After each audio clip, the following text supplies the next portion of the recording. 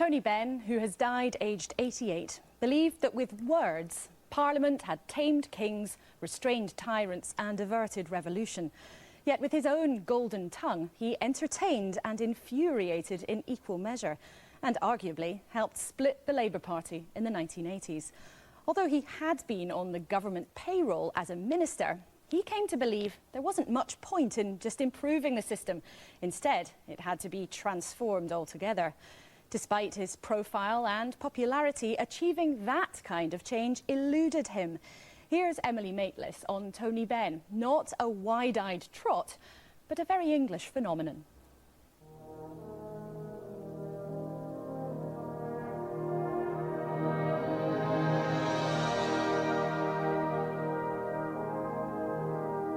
There are many that fit the cliché socialist when young, capitalist with age.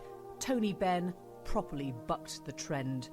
He was a towering figure within the Labour Party, serving as an MP for more than half a century. The British public have been awakened, not just on the mining industry, but to the whole rotten philosophy of the 1980s, that it's all about cash, and you bring in a chartered accountant and he'll tell you what to do. It isn't about that.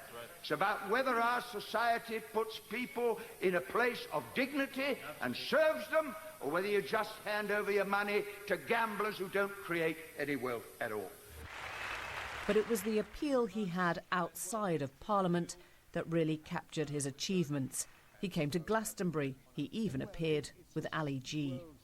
Come on, you're not living in the real world, my friend. You're living in a world where everybody's just so bloody greedy that there's no hope of building a better society, and that's why we're in a mess. For real.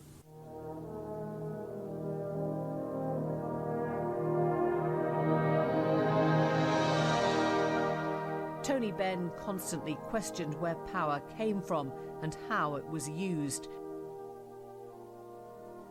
Passionate and articulate, with the clipped tones and pronounced vowels, even after he relinquished his title, Sir Anthony Wedgwood Benn, there was no descent into mockney, estuaries, to prove he was a man of the people.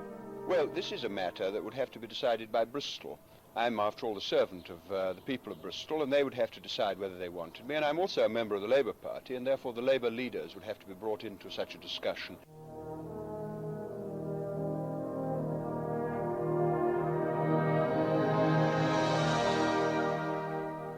To the generations who came after him, he appealed as a true conviction politician.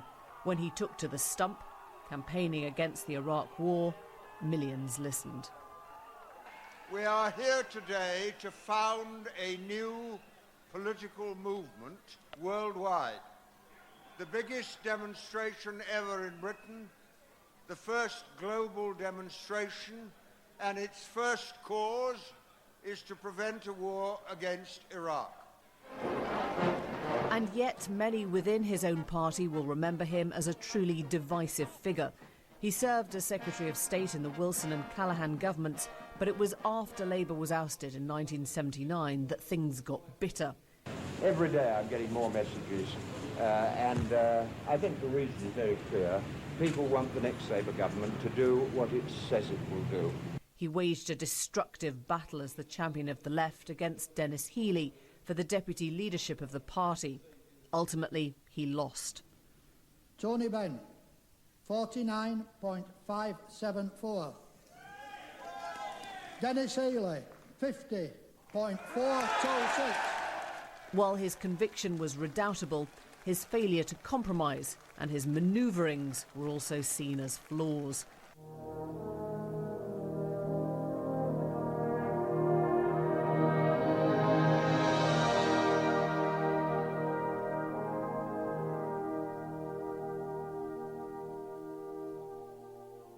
He eventually left Parliament to, in his words, concentrate on politics.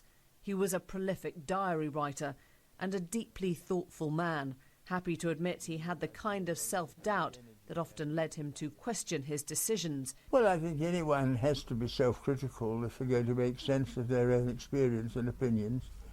And I often ask myself, am I right about this, am I wrong about it?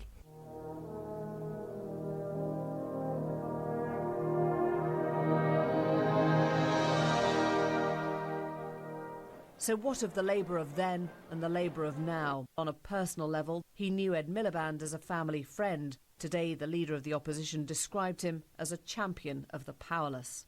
The thing about Tony Benn is you always knew what he stood for and who he stood up for. And I think that's why he was admired right across the political spectrum. Today, those who felt his to be the wrong sort of Labour may stay silent. But there are some on the left who see Tony Benn not just as iconic, but as prophetic. His politics were not always easy to swallow, but they were consistent, provocative, and to many, inspiring.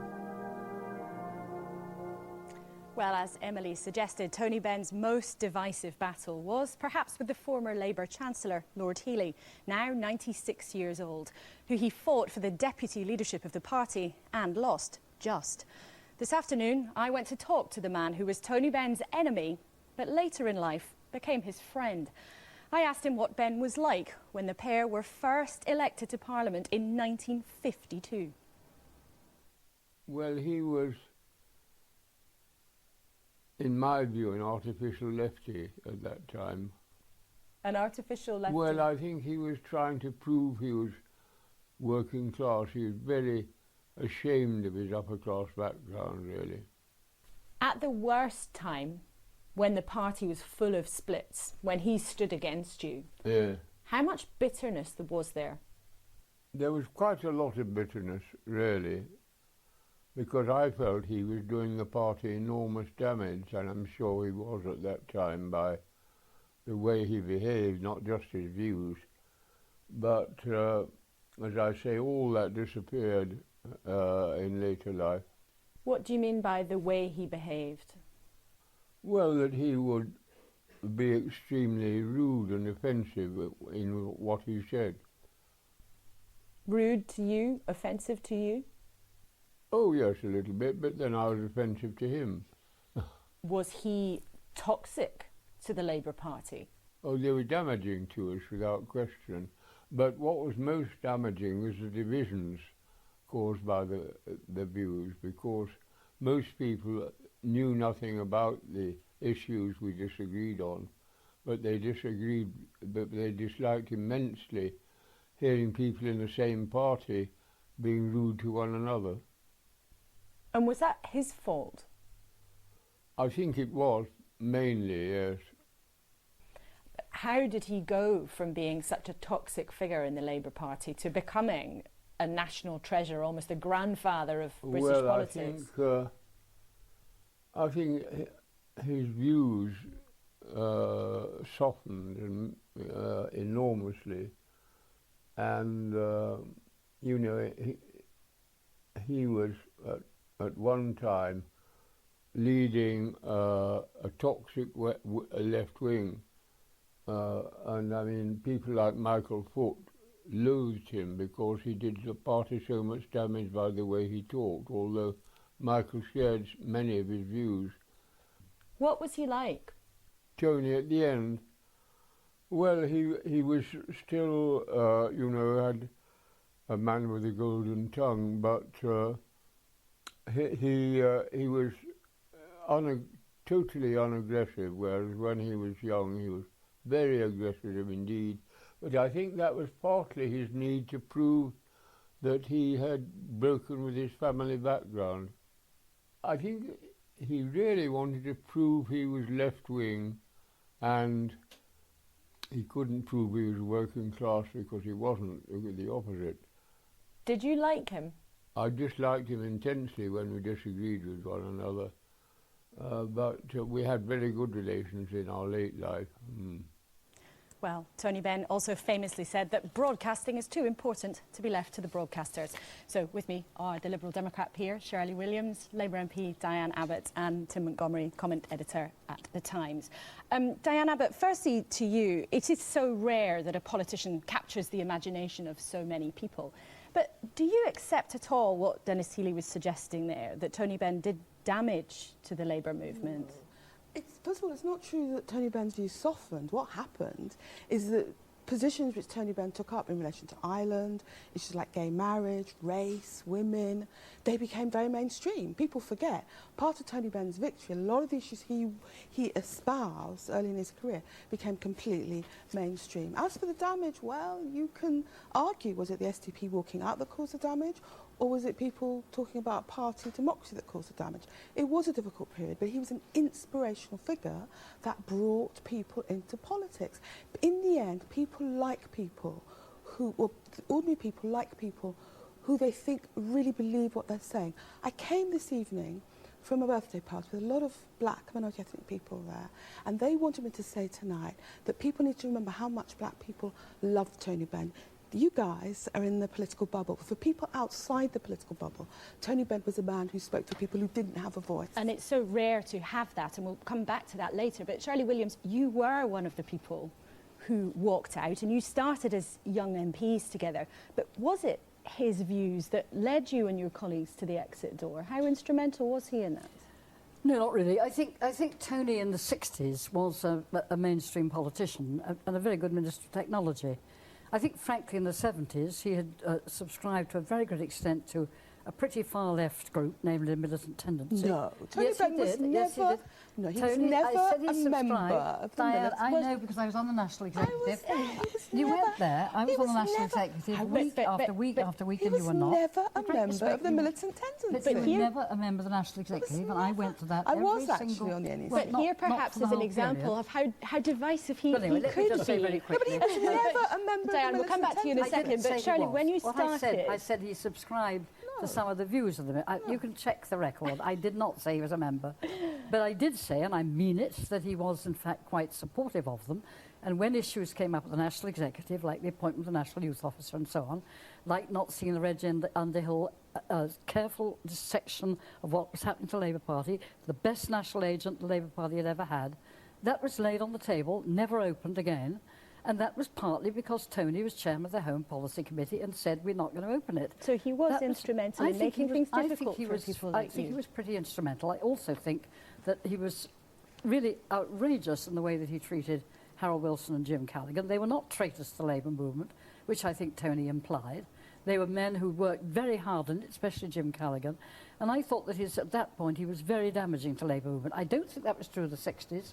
But I think in the 70s it's very hard to argue anything else. Tim Montgomery, the Sun at one stage called him the most dangerous man in Britain. Do you think Conservative voters or people leaning that way really thought that? Did they really believe that? Well, sections of the left had some internal conversations.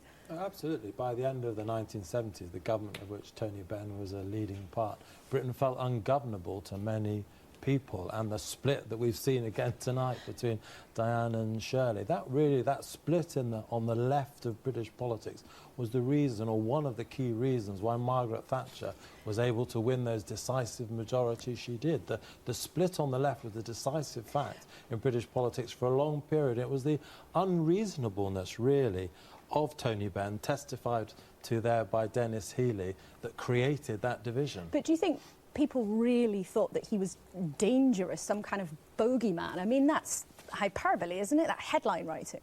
I don't think so, because if you look at some of the positions that he took, particularly on nuclear disarmament, that was a period when many people genuinely feared what the Soviet Union represented. That was a time in the world when people were very frightened, and his support for giving up our nuclear weapons, leaving Britain potentially defenceless against what Ronald Reagan correctly described as the evil empire, people worried about that a lot. But Diane, people were frightened of him. In fact, when he went out in the 80s and 90s and actually spoke to people up and down the country, the same Blue Rinse Brigade, he was extremely popular, and his ideas were popular. And to call him a member of the Militant Tendency is just bizarre. How often do I have to say that? I did not say that. I said he subscribed to some of its ideas. But in terms of that particular split, do you accept, though, that there was a nervousness among many, many voters about the positions that he took? You said his views were mainstream, but for millions of people they weren't. Mainstream. His views on things, even like the Iraq War. Like nuclear power, his view with CND, that's mainstream. What you wouldn't remember is the appalling way he was depicted in the media. Literally, tabloid newspapers said he was clinically insane. No wonder Tory ladies were frightened of him. What he did have, however, no doubt, Shirley Williams, is if you look at our green benches now, he was a politician who people believed, and they believed that he believed what he was saying. That's perfectly true. I accept that, and I think that Tony said what he believed and thought it very strongly. I think the implication he's unique in that really kind of annoys me. I mean, somebody like Michael Foot, who was very different in his attitude towards particularly Parliament, which he vastly admired, much more than Tony Benn. But do we have that? Was not treated... No, we don't. Do we have that now? A lot of the more colourful point. characters have moved on, and what we've now got is politicians who seem rather like one another. But that's partly because the divisions have narrowed between political parties quite substantially, I think, and partly because some of the things that Tony addressed. And it's interesting to me that Tony, in some ways, was yearning for a world that had gone. I don't think he was tremendously a man of the modern world. I think that... Well, hang on.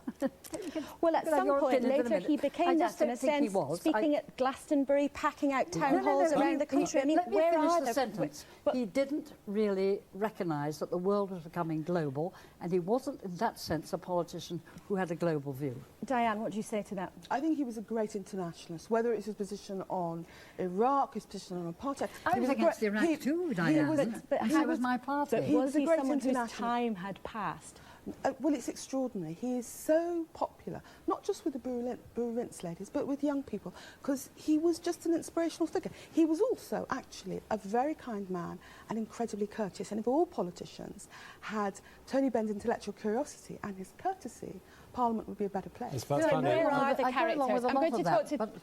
You two are never going to agree. Shirley, we'll come back to you in one second. But Tim Montgomery, where are the equivalents, whether on left or right or somewhere in the middle? Where are those characters now? Do you worry that they're not there? No, I think there are plenty of characters, and actually some of the people on the right now, people like Dan Hannan, Douglas Carswell, who speak absolutely clearly and have a very clear ideological view. In part, they agree with Tony Benn on democracy, for example. I think lots on the right think where he stood on Europe, the idea, I think he once said that outside of the Kremlin there is no organisation where there is less accountability than the European Union. His belief that we should be able to change the people who make our laws in a democracy, he would be standing with all sorts of the most interesting people in politics on the moment on that democratic question. But interesting that none of those people are in particularly senior positions. But Shirley, finally to you, you knew him for the longest time. Okay. What was he like, and what will you remember, briefly, if you could? He was a very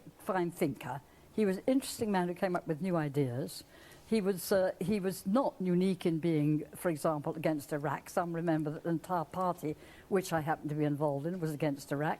And he was, for example, not unique in being in favour of gay marriage, because Roy Jenkins, who was of the other extreme, the right wing of the Labour Party, was the man who brought in the actual legislation about homosexuality in a way that that Tony wasn't in a position to do. So I think, with great respect, that Diane is giving him credit for all sorts of things which other Labour politicians absolutely espouse. OK, well, you two can continue this conversation, but I'm afraid that we have run out of time. But thank you all very much indeed for coming in this evening.